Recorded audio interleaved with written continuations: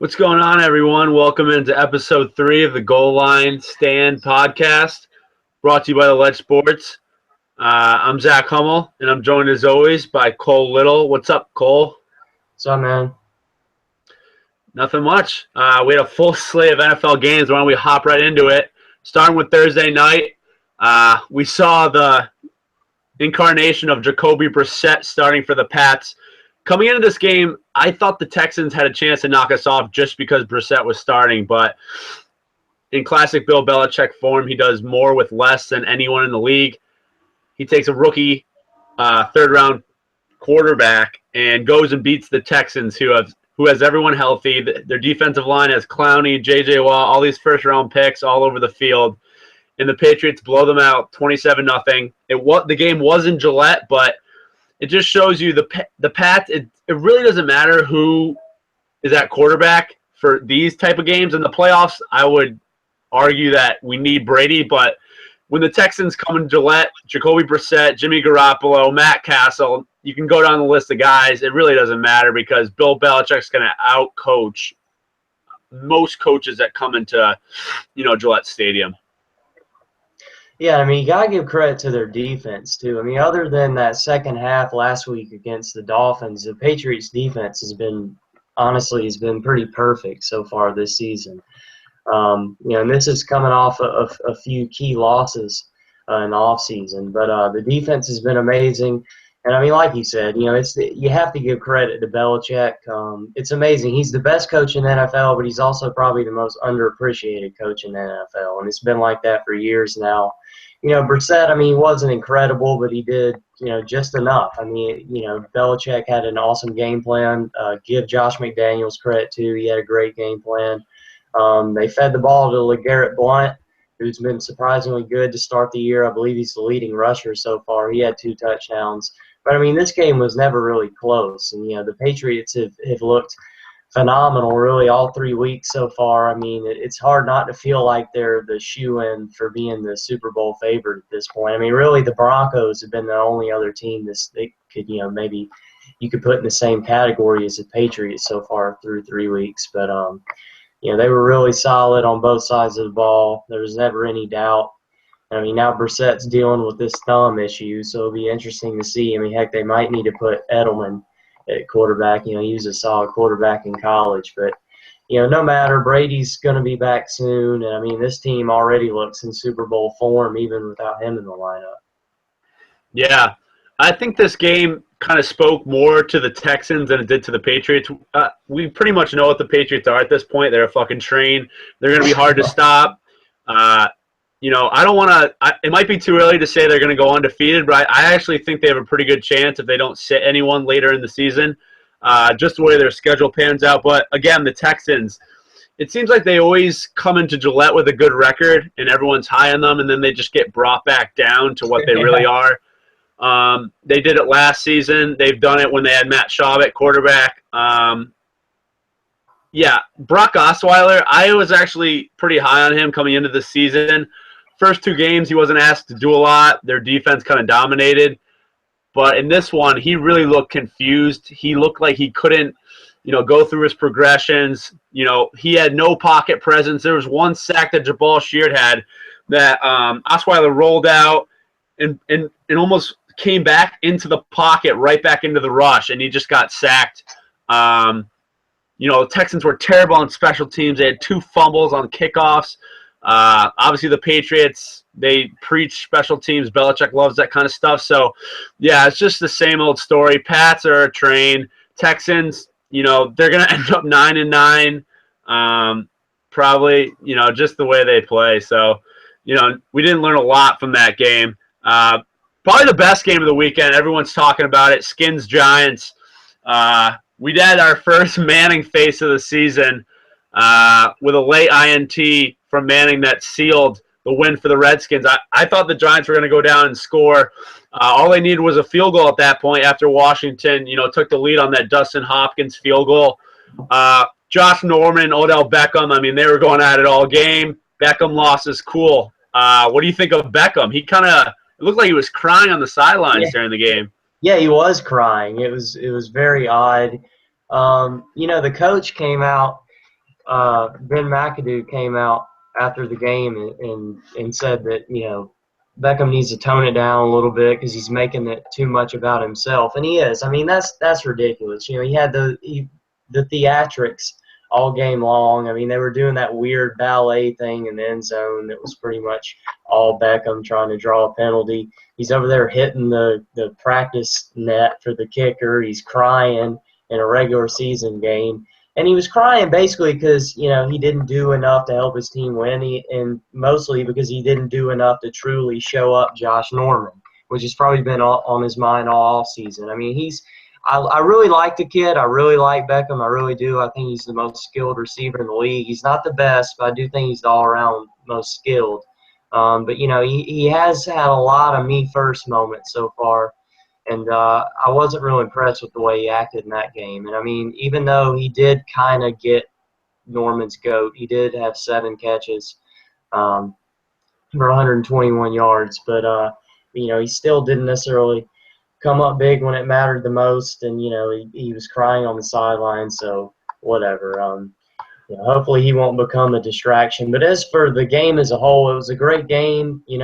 Kirk Cousins kills me because it's like when he absolutely has to perform well and has to win a game, he always does. And this was a really pivotal game for him. After the Week 2 loss, there were reports that there was dissension in the Redskins locker room. A lot of it centered around Cousins. And he had a really solid game. Threw for about 300 yards, 2 touchdowns, no picks. He outplayed Eli. It was a back and forth, typical, NFC East affair, but the Redskins, they scored last and they won. I mean, that's basically what this came down to. Of course, Eli threw the crucial pick at the end, but still, this is a hard-fought game, and good for the Redskins for pulling that out because they definitely needed that one. Yeah, I've been picking them every week in our ledge picks, and they finally won a game. I was really high on the Redskins coming into this year.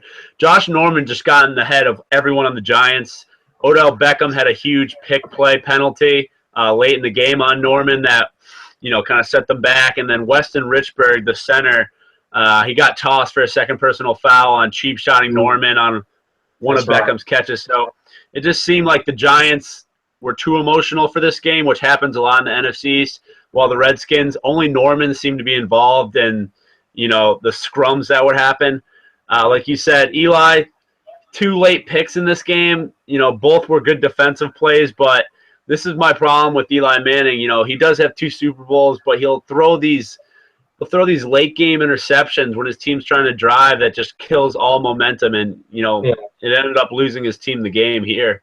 Yeah, he's been terrible at the end of games for a solid 3 or 4 years now. I mean, about the worst there is of all the franchise quarterbacks in the NFL. And, it's cost the Giants a lot of big games.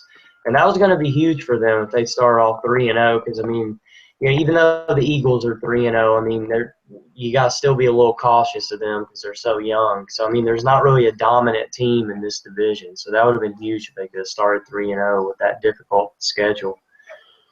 Yeah, speaking about a team that, people thought they were better than they were entering the season, the Miami Dolphins. I mean, after they got semi-blown out by the Patriots, they go back to Cleveland. I mean, they go back to their home stadium, and they welcome in the Cleveland Browns, who have Cody Kessler starting at quarterback.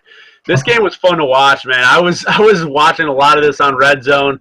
The Browns stuck around. They just stuck around all game until the end. Terrell Pryor, they're one wildcat shit with him. They're throwing deep balls to him. They were just trying to get the ball in his hands. He was gassed by the end of the game, and leave it to Ryan Tannehill to get sacked and fumble late in the game there. So Cleveland had a chance. 4 seconds left with a I think it was a 42-yard field goal by Cody Parkey, and he pulled it left. That field goal would have been huge for the Browns, get a win in Miami versus a team that some people think have them going to the playoffs with Cody Kessler and Terrell Pryor kind of being dual threat quarterbacks on both ends. I just thought this was a wild game, and the Dolphins ended up winning an OT like we all saw. But, Terrell Pryor was definitely pissed on the sideline after the field goal kicker missed that field goal. It was pretty funny how that went down. Well, yeah, it's really just classic Browns. I mean, they pick up this Yeah. Cody Parkey guy off the street, and he misses 3 field goals, ultimately costing them the game. You know, a game they weren't expected to win, weren't even expected to really compete, considering that was essentially a must-win for the Dolphins. You know, they did about everything they could to win. You know, just the 3 missed field goals really killed them. And it's also classic Browns because, you know, a lot of people expected their regular kicker got hurt.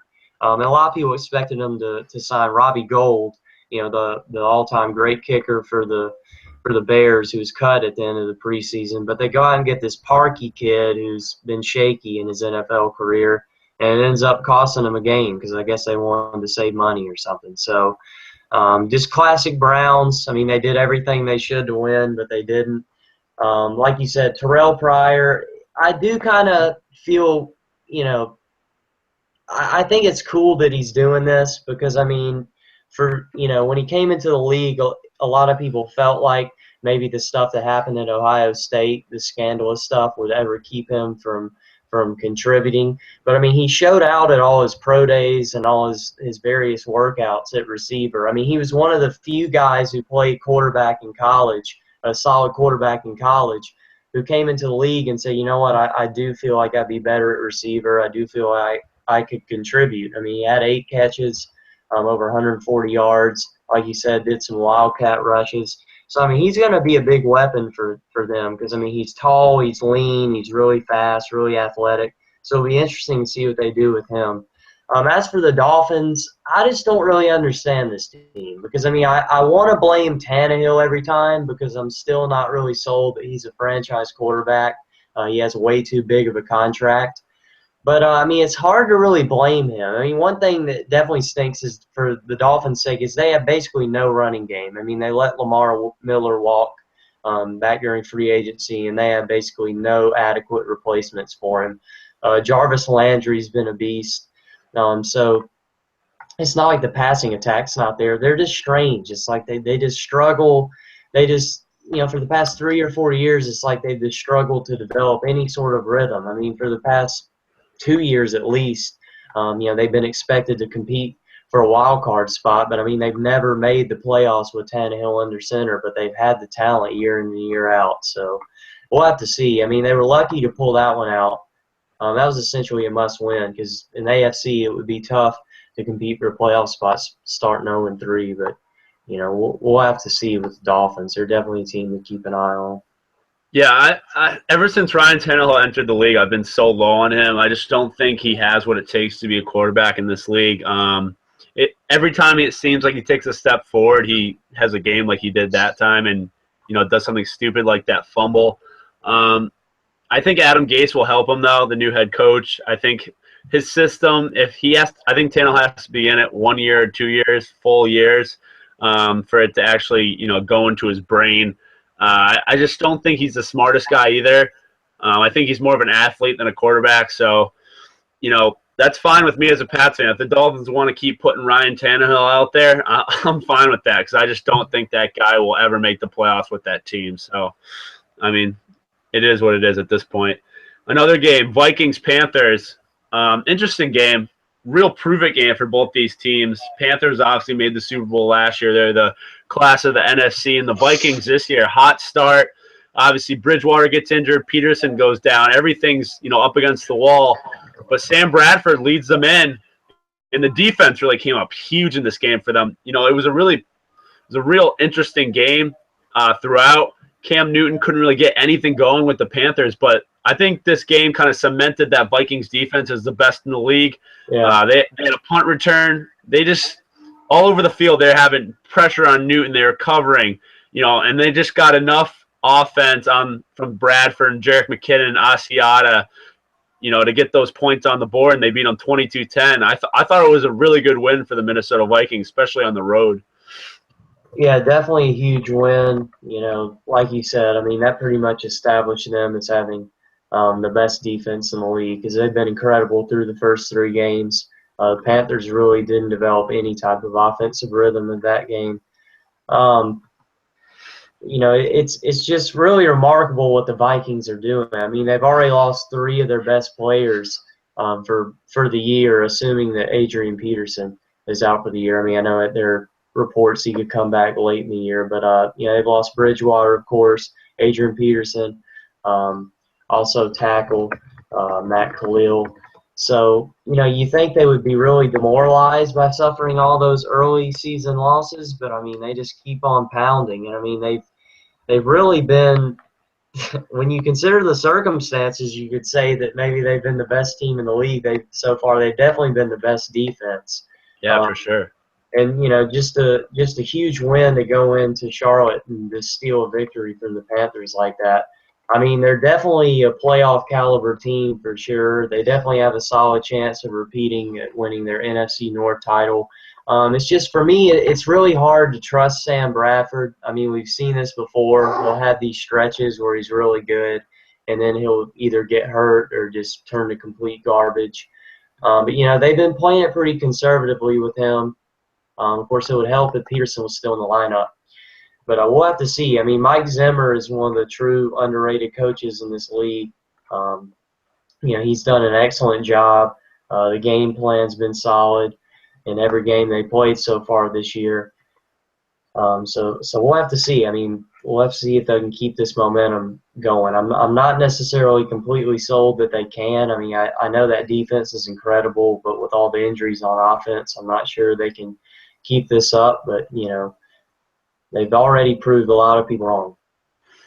Yeah, I find it surprising how it took Mike Zimmer so long to get a head coaching job in the NFL. Maybe he was just waiting for the right one, but he's really done a great job with the Vikings. He's gotten his own players in there, players that fit his system, especially on the defensive side of the ball. And usually defensive coaches, they don't have the best offense, and the Vikings really don't, but they don't turn the ball over, which is the most important part.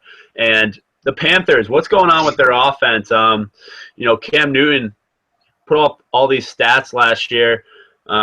He's getting Benjamin back this year. He's got Funchess. He's got Ginn. He's got Olsen.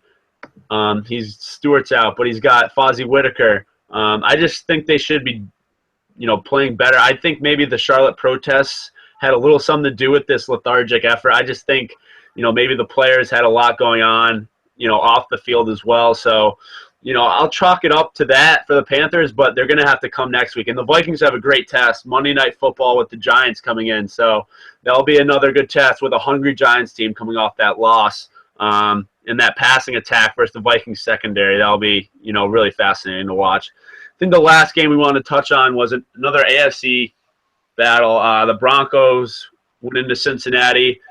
Trevor Siemian, I don't know where this guy came from, but he looks really good. He is the top fantasy quarterback. Not that means a lot, but versus the Bengals defense in Cincinnati, that actually does mean something. And we finally had Emmanuel Sanders have his breakout game. Demaryius Thomas went off. C.J. Anderson pounded the rock. Their defense did just enough, put pressure on Andy Dalton. Big win for the Broncos because I thought for sure the Bengals were going to beat them. I thought the Broncos – until they faced a good team like the Bengals, they were beating all these bad teams. But Siemian really showed up, and I was actually impressed with his performance. Yeah, this Siemian kid, he's killing me. I mean, I'm just expecting any week now for that fairy tale to fall apart. But, I mean, he was remarkable. I mean, I watched the whole game. He was incredible. Threw for under 300 yards, 4 touchdowns. Really no visibly terrible throws. I mean, you would expect a guy with as little experience as he has to, have a little assimilation period, but he's just jumped right in. A lot of people question why he was the starter in the first place. I mean, I certainly did. When they had Paxton Lynch, who's a freak of nature, like 6'7", have him waiting in the wings, and he wasn't even close to winning the starting job over Siemian. They cut Mark Sanchez because he wasn't close enough. So, maybe Elway, maybe Kubiak, maybe they just saw something that something special. I mean, clearly they did because he's been incredible. But, this Broncos offense as a whole is blowing my mind because they've arguably looked better than they did last year. That Broncos team last year, obviously one of the all-time great defenses. But, really, at least in recent memory, one of the worst offenses of a team to ever win the Super Bowl. Because they had all the quarterback issue. You know, Peyton getting hurt, then Osweiler taking a little time to get used to the offense, and Peyton coming back, and you know it was just kind of a lethargic, you know, pound the rock, slow pace type of offense. But this year it's very fiery. You know, Demarius Thomas had a huge game. It looks like he's back. He didn't necessarily have the best of seasons last season. Emmanuel Sanders is incredible. So they're really rolling on all cylinders. The defense looks just as good. As for the Bengals, they did finally establish a running game. You know, Jeremy Hill got 17 carries for nearly 100 yards. You know, they struggle mightily to get any type of offensive rhythm going in the first half, and you know, then the second half it was basically all Broncos. And one thing about this team, they let a couple key receivers go in the offseason, and this offense really, this offense really runs through A.J. Green, and he even admitted that after the game. You know, he was critical of his own performance. He had 8 catches for 77 yards, and I feel like that's really going to kill this team because, you know, just every game they can get a safety to shadow A.J. and, you know, kind of shut him down, and then this offense won't be able to do much of anything. So far, I've been pretty unimpressed with the Bengals. The defense, you know, it's weird. They actually got a little younger. They got rid of some of the old guys on the defense in the offseason. But they look older. They look slower. They don't look nearly as good. The Bengals were lucky to win week 1 at the Jets. But the secondary looked awful against the Steelers. It looked even worse against the Broncos. Pac-Man Jones coming off fresh off of a big contract. He's looked bad. So I'm not sure, man. I think maybe finally the window is shut for the Bengals. Yeah, I think when they let Sanu and Marvin Jones go in the offseason, they thought they could replace him with guys like Boyd and a couple other guys. I think they thought they could just plug in guys, and it's more of a system thing. But I think it will help Dawn when he gets Eifert back. Obviously, he's a huge target. Right. And can help A.J. Green get open because he'll take the top off the defense. Broncos, I honestly think Trevor Siemian's the perfect quarterback for Kubiak's system. He's just mobile enough. He's a big guy that can stand in the pocket. He's more accurate than he has a strong arm. And, you know, when you have a running game like that, it doesn't take the quarterback to have to do too much to win games. And another good road win. The Broncos and Vikings both went on the road versus good teams, and they won. So you always got to tip your hat to that, especially in the NFL. It's so hard to win on the road no matter who you're playing. I know we wanted to talk about some of the young quarterbacks in the league quickly. You got guys like Garoppolo. You got Dak Prescott, who won again on Sunday night over the Bears. You got Carson Wentz, who, you know, just throttled the Steelers. Another great performance versus, you know, probably the best defense he's faced. You got Simeon. These guys are coming into the league prepared, and they're really having the best success that we've seen from young quarterbacks in a while. You know, this class of quarterbacks is probably the best we've seen in probably 10 years, just the way they're coming into the league and they're prepared. They know the reads, they know the playbook, and, you know, they're more confident than anything. They just know what they're doing out there. Yeah, I mean, it's definitely been surprising. You know, like you said, arguably the best. You can't necessarily call them rookie class, but best, you know, first year starting class when you throw in Simeon that we've seen in around a decade or so. I mean, even some of these guys like Andrew Luck, some of the, you know, big time prospects coming in, even they took a little time to get assimilated, but these guys had bounced right in. I mean, I think Wentz is yet to throw an interception. I believe Prescott's yet to throw an interception. It's really remarkable. You know, Prescott has looked really solid. It's going to be interesting to see if he continues to improve, and maybe we'll have a quarterback controversy by the time Romo's ready to come back. But as for Wentz, I mean, I have to give props to this dude because, I mean, it's definitely not fluky. You know, I know Simeon, it definitely helps that he has 2 amazing weapons in Sanders and Thomas. But, you know, Wentz is really not working with a whole lot. I mean, Jordan Matthews is pretty good, but other than that, they drop so many balls too, the Eagles. Yeah, they really do. And I mean, his stats are incredible. He looks poised. I've seen him interviewed a few times after games. He just sounds like a veteran. I mean, clearly the Eagles knew what they were doing in drafting this guy. I wasn't necessarily high on him getting drafted number 2 overall. I think maybe that was a bit much. But, I mean, he just looks so poised. I mean, he looks even better than Andrew Luck did when he first came into the league. I mean, I'm definitely rooting for the guy. He seems like a great team leader. He's a throwback, but yet he's got, kind of a modern game. He can run the ball when he wants to. Run with the ball when he wants to. So, I mean, he's definitely got all the tools. He's definitely a great leader. The Eagles, I mean, who would have thought that they were 3-0? I mean, the Eagles have had disappointing season after disappointing season these past handful of years with far more talent than this year's team has. But yet, this is the best they've looked to start the season in a while. And, I mean, they definitely look like the cream of the crop in the NFC East so far. Yeah, Carson Wentz. I was actually high on him coming on North Dakota. I remember I was watching the game on ESPNU, and this big kind of stocky redheaded quarterback was throwing the ball like I haven't seen in college football, and I was just like, who is this kid? Eventually Carson Wentz. This was like his sophomore year, and the Eagles gave up a lot to get him. They gave up 2 firsts, and a second and third, I think, in future drafts, future firsts as well. And it's definitely worth it. I mean, if you don't have the guy, if you don't have that quarterback in the NFL, you're not going to win a championship. And finally, Doug Peterson with the Eagles, they get that. He's a quarterback coach. He's going to coach Wentz up. It's funny because Peterson was the offensive coordinator of the Chiefs, and Wentz, strikes me as a better Alex Smith. He's mobile but can throw on the run, and he can fit the ball into more places than Smith, and he takes more chances than Smith. So I think he's the perfect quarterback for that system. And, the guy that was taken first overall, Goff, hasn't even seen the field. And after the Rams won again in Tampa Bay, I don't think he will. As long as they keep winning, Case Keenum's going to be the guy. So, we really don't know what we'll have from, Goff. Will he join these guys as having a great first year? We'll even see the field in the first year. But, I think we'll definitely see him as a starter in the coming years. And it'll be interesting to see how he measures up with Wentz because, like Eli and Phillip Rivers were taken at the top of the draft, they were always compared. You're going to have Wentz and Goff always compared. And maybe throw Prescott in there, even though he's a third-round pick. So, yeah, the young quarterbacks in the league are really showing out. And I've been really impressed how they have poise in the pocket because most of the time these rookies come in and they look lost.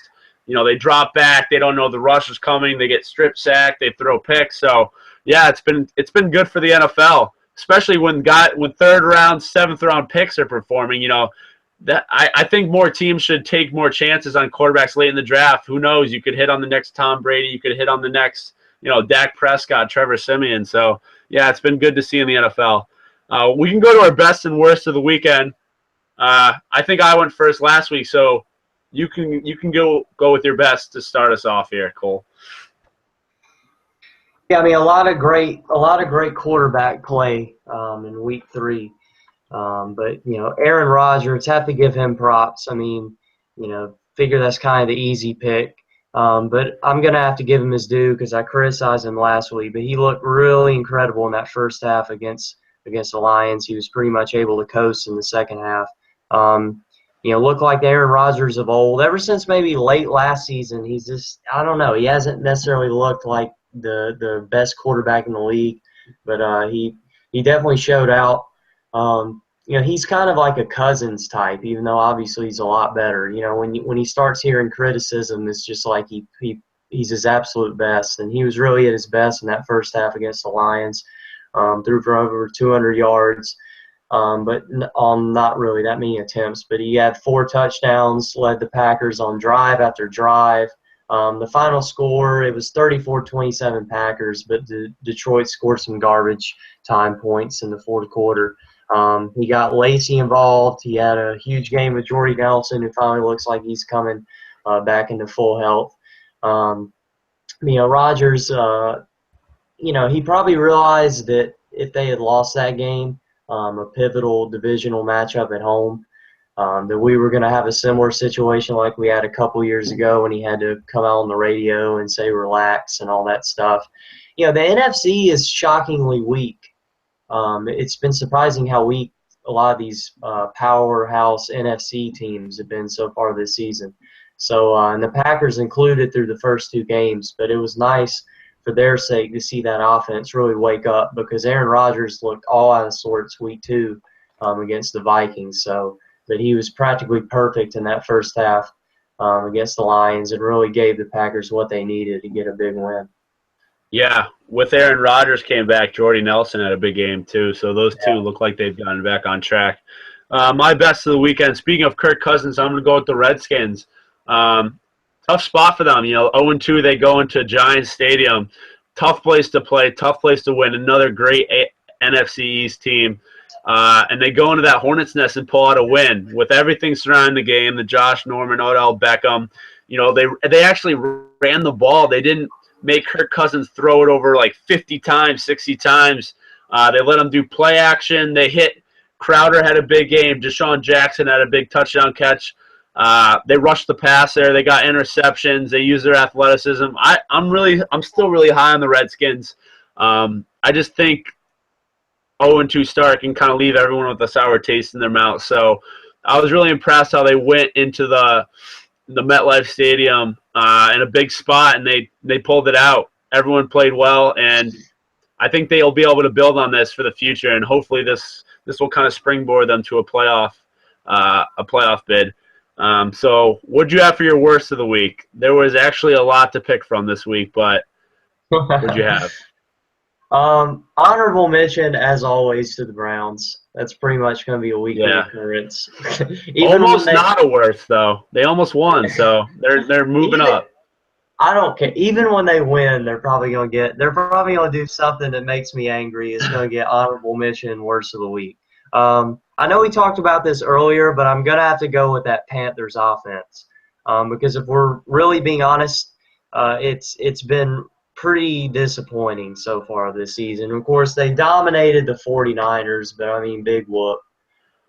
It didn't seem like, a Super Bowl caliber offense week 1 and that big game against the Broncos. It definitely didn't look like it week 3. I'm not really sure what's up with the offensive line.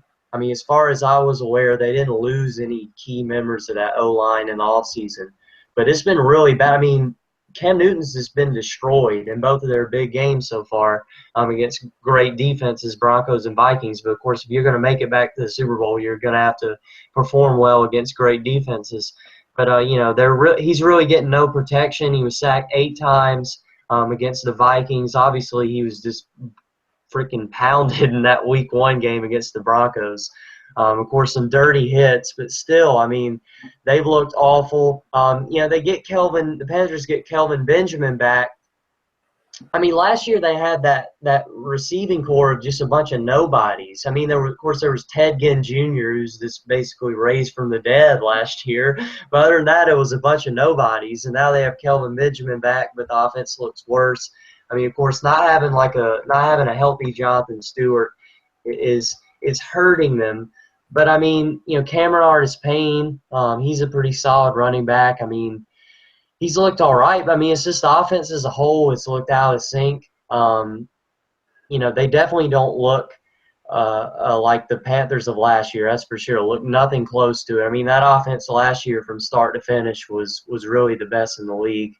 But, they've struggled at times this season, and they definitely look pathetic in that emotional game. I mean, I figured they would, be playing with extra intensity on Sunday because obviously what's going on in Charlotte. But, they just looked impotent from basically start to finish. And I don't know. I mean, Cam Newton, he seems to be kind of pouty in his press conferences. They just don't really seem like, they're the team to beat. I mean, really coming in, if we're being honest, they were definitely the team to beat. I mean, of course, the Patriots and Seahawks were kind of 1B, 1C, I guess. But really, a lot of people consider the Panthers the team to beat.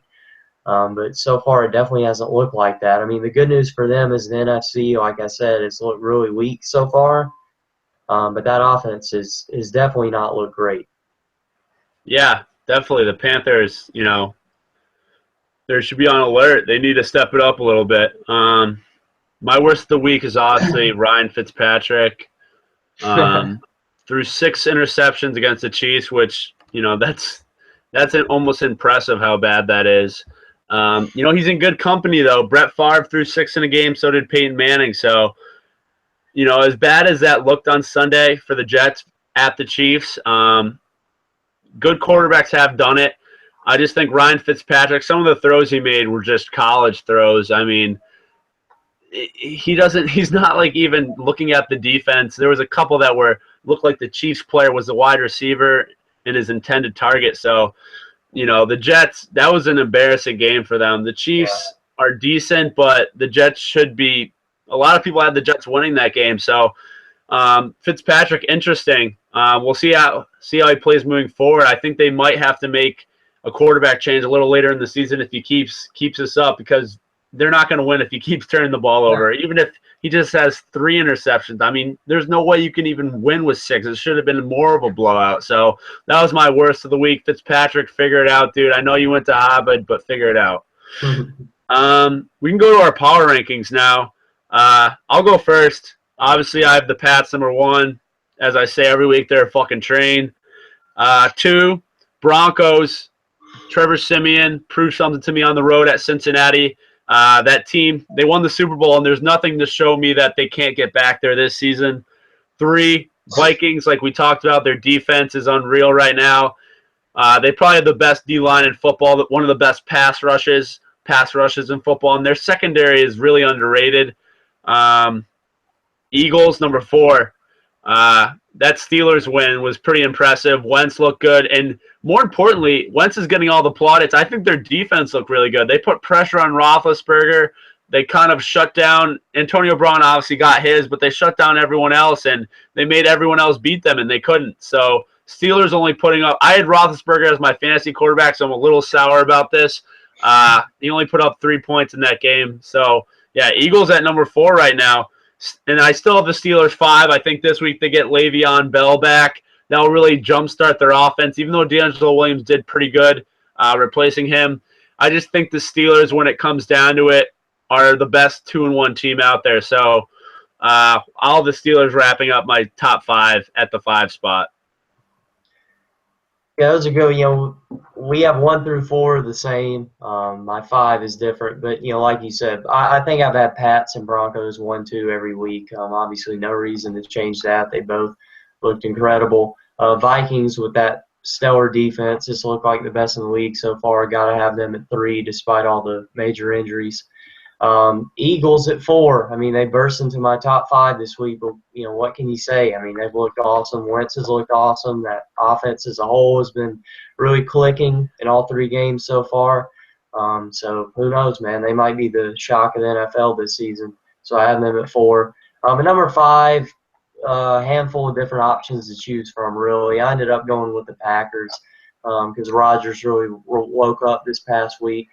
They've been battling some defensive injuries, Clay Matthews, Morgan Burnett.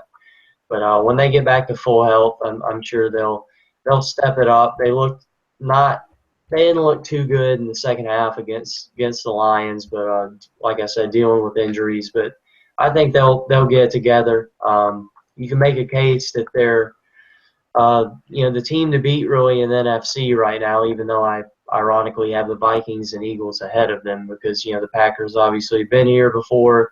They have that core group. Jordy Nelson looks better than ever. He's clearly back to full health. They looked a little off those first 2 weeks, but it happens sometimes. And they woke up this past week, so I have them at 5. But like you said, Pat's undisputed number 1. You can't really criticize them for anything they've done so far. They definitely look like the team to beat by a mile so far. Yeah, the Packers also have a bye week this upcoming week, so that'll help them get healthier. Early bye weeks, though, are kind of sketchy because if you have injuries, you can't really get healthy for the playoffs. But the Packers need it right now. They need to get a couple guys back, so that'll be good for them. Our coaches on the hot seat from last week are still on the hot seat, so I don't know if we even need to do that. I had Gus Bradley of the Jags. They lost at home to the Ravens, so the heat's getting turned up on Gus Bradley. And you had Sean Payton, right, of the Saints? Yeah. I mean, they lost Monday night too. So he legitimately needs to be on the hot seat. I mean, when I said that last week, I know I was kind of going out on a limb because he's considered like one of the true brainiac coaches in football. I mean, I feel like he's a little overrated, you know, because, I mean, the Saints have been disappointing for the past few years now. And that defense, I know he's an offensive guy, so he can't really take the brunt of the blame for this. But the defense has looked I mean, the Saints probably have the worst defense in the league, really. For sure, yeah. Yeah, I mean, it's looked miserable. It looks no better than it was last year when it was pretty bad. You know, the Falcons, I mean, they made the Falcons look like a Super Bowl caliber team, which, you know, they're definitely not. I mean, but that offense looked amazing.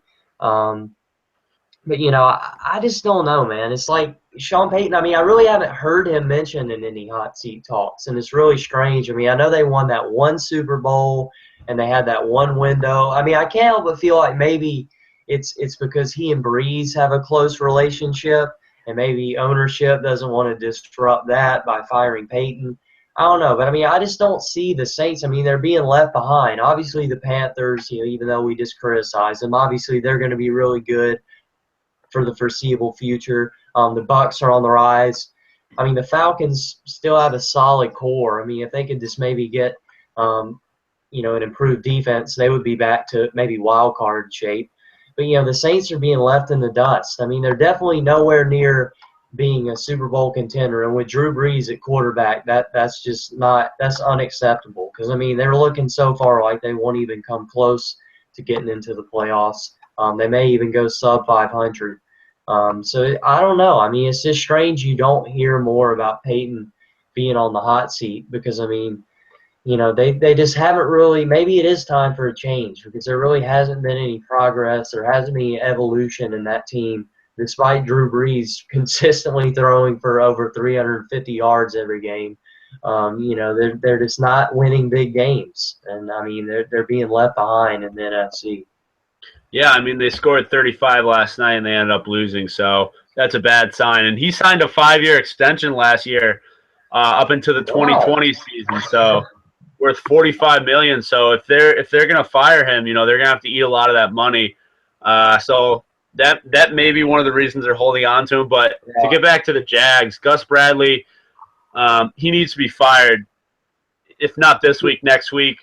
You know, Blake Bortles, I actually like Blake Bortles. I think he has a chance in the league, but Gus Bradley is such a defensive meathead. I just think that they need to get an offensive coach in there that helps Bortles develop into the quarterback, you know, some people think he can be. They have so many weapons there. They have all the tight ends and wide receivers that a quarterback could ask for, and I just don't think they put Bortles in good situations.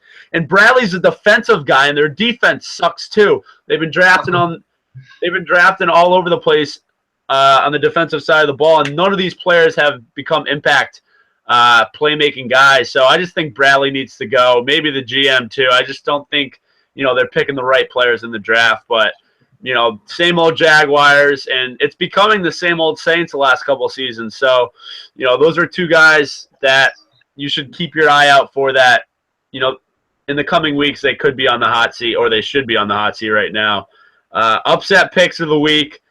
Last week I had the Bills over the Cardinals, and they ended up winning at home. Bills Mafia was happy. That makes me 2-0 on the season for my upset pick. You had the Lions at the Packers.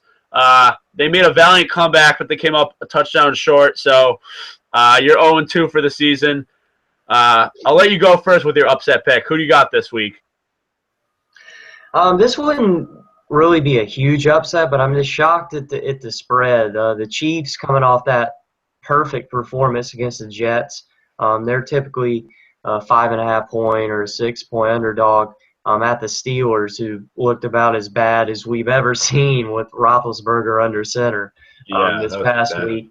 You know, they're going to be at home against the Chiefs, but that Chiefs defense, you can make a case that beside, of course, the Broncos, that they've been the best there is in the AFC so far this season.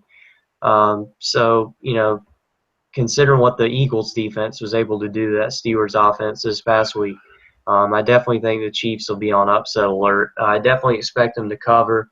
Pittsburgh, you know, may win by a possession. But I'll go with the Chiefs to get the upset win because, I definitely didn't like what I saw this past week from the Steelers. I think maybe they're suffering from the same thing that the Bengals are suffering from. I mean, everything is so geared towards Antonio Brown.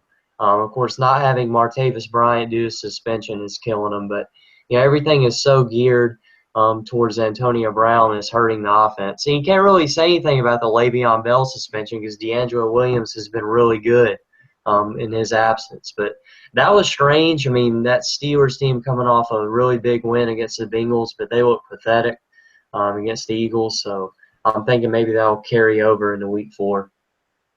Yeah, that's a good pick because anytime the Chiefs are, I'm looking at it here, 5.5-point underdogs. I mean, their performance versus the Jets last week was really impressive, and Pittsburgh was piss poor against Philadelphia. So, yeah, that's definitely a good pick there.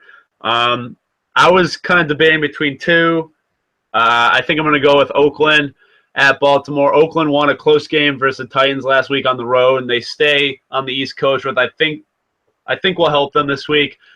They go up to Baltimore, who are probably the most unimpressive 3-0 team maybe we've ever had in the NFL. Yeah, so I was going to say the same thing. They haven't played anyone, and that win versus the Jaguars last week was pretty much more of the Jaguars' ineptness, more than the Ravens, taking it from them.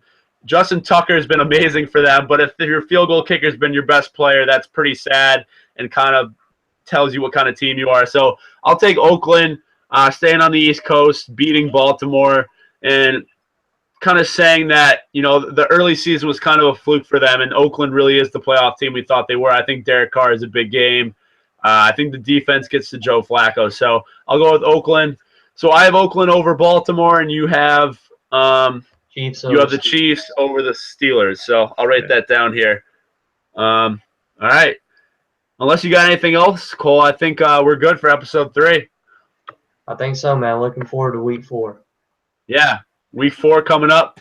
I think next week we'll do a contender versus pretender for some of the top teams in the NFL, just so we can start delineating who we think is a playoff team and who we think maybe just had a bad opening schedule and they've kind of played to their schedule. So look forward to that next week. Subscribe on iTunes, do all that good stuff. Check out our fantasy football podcast, and we'll see you guys next week. Take it easy.